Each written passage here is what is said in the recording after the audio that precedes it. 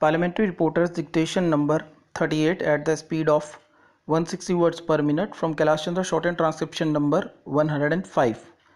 Last 5 seconds. Ready? Start. This bill has been introduced in this House in pursuance of the recommendations of the Press Commission.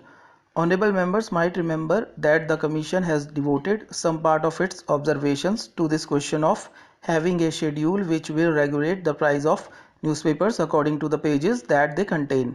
Some of the points that the Commission have made are relevant here and might help honorable members in considering the bill more carefully and also examining the grounds on which this recommendation has been so emphatically made by the Press Commission.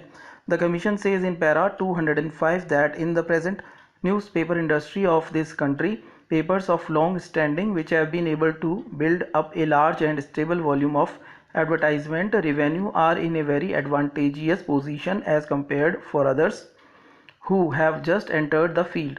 It is true that such economic advantages and handicaps exist in a number of industries, but their presence in the newspaper is not, in our opinion, conducive to the even and healthy development of the press. Newspapers serve as media for the free exchange of information and of ideas. The proper functioning of democracy requires that every individual should have equal opportunity in so far as this can be achieved to put forward his opinion.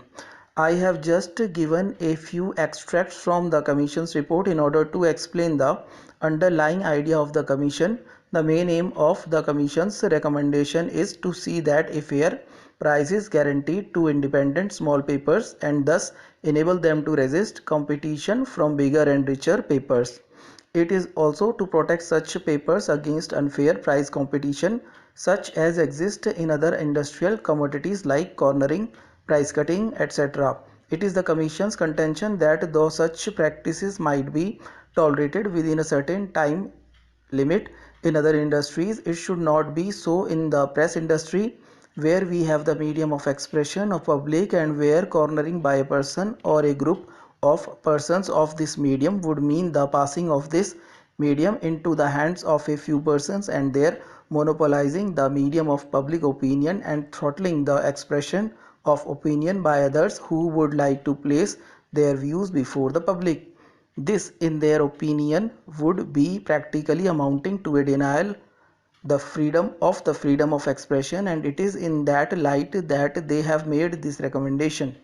The Commission have said that they have examined many schemes as to how it would be possible to ensure the largest amount of freedom of expression, and they felt that this was probably one of the most effective ways by which we can ensure freedom of expression. I would like here to mention that when the Commission's report came out, the government had discussions regarding those recommendations, and the recommendation regarding price page schedules was also one of those important recommendations which were discussed with a number of organizations which were concerned with the newspaper industry. The All India Newspaper Editors Conference, the Indian Federation of Working Journalists, the Indian Eastern Newspaper Society, the Indian Language Newspapers Association, and also a large number of individual newspaper editors and proprietors were consulted. This discussion took place many times and the pros and cons of this question were thoroughly discussed. We found that the majority of the members were very much in favor of some such legislation and restrictions. There is no doubt that some of the papers were against it, but that was to be expected. Afterwards came the debate in Parliament on the Press Commission's report, and government found that in the discussion in both the houses there was a very strong opinion, I would say a strong majority opinion, that some such legislation on the lines of the recommendations of the Press Commission should be undertaken by the government. Here I would like to mention one or two things regarding the question of the price page schedule and the pros and cons of the advantages or disadvantages of a schedule. The points in favor of the schedule might be considered briefly. It will tend to equalize competition and also prevent the emergence of monopolies. Secondly, it will also relax the control of big advertising interest on newspapers and in that sense generally make them more independent.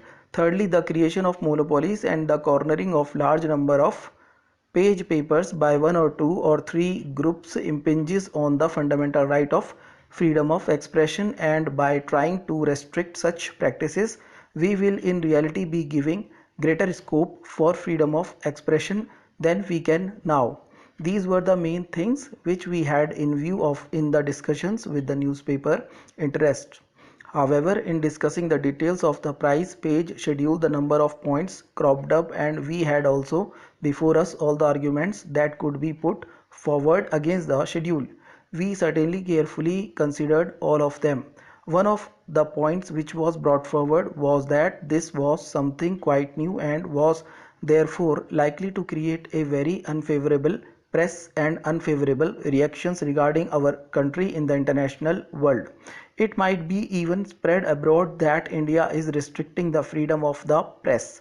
Now, regarding this point, I do not think it will be correct to say that no such restriction exists. Even today and formerly on a greater scale in Great Britain, the price page schedule existed and exists. No doubt the object of it might be quite different.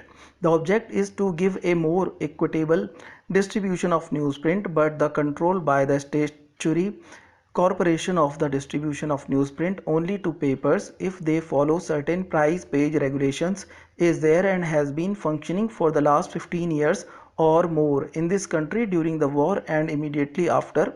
We had the schedule for a number of years.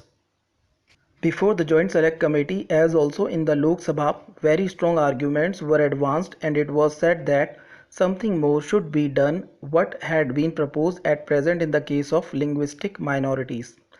This they wanted done by the insertion of a particular provision in the Constitution.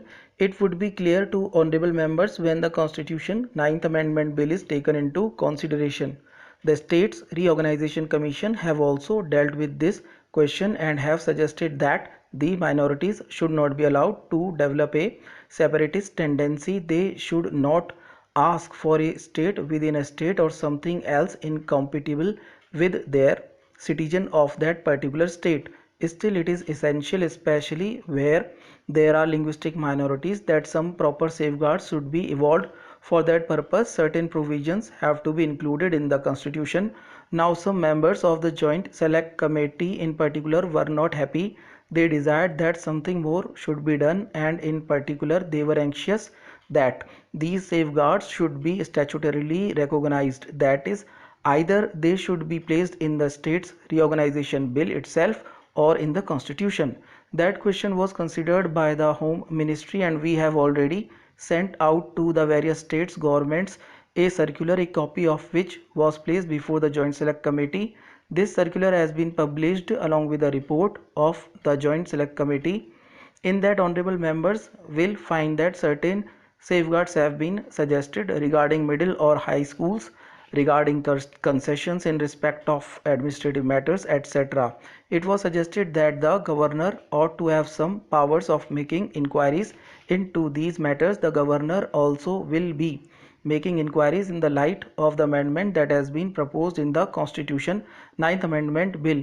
It was further contended that it would not be sufficient unless we have got statutory safeguards. So far as these statutory safeguards are concerned, it was considered that it would not be advisable in the interest of the linguistic minorities themselves to have these safeguards.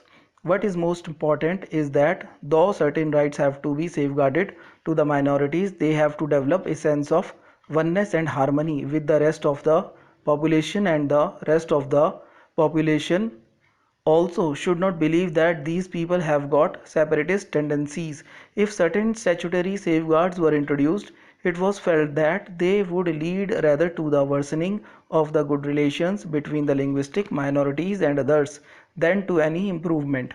Therefore, all that could be done was to send out a circular to the state governments pointing out broadly the main features of such safeguards, with a desire that they should protect or safeguard the interest of the minorities to the extent possible, subject to the reservations that I have already pointed out. It was also suggested that just as we have in the case of the scheduled castes and tribes, a commissioner appointed by the government, who goes to the various states, finds out the position and then makes a recommendation or a report which is considered by the government of India, the state governments and others. There ought to be a separate officer for the purpose of finding out the position so far as the linguistic minorities are concerned.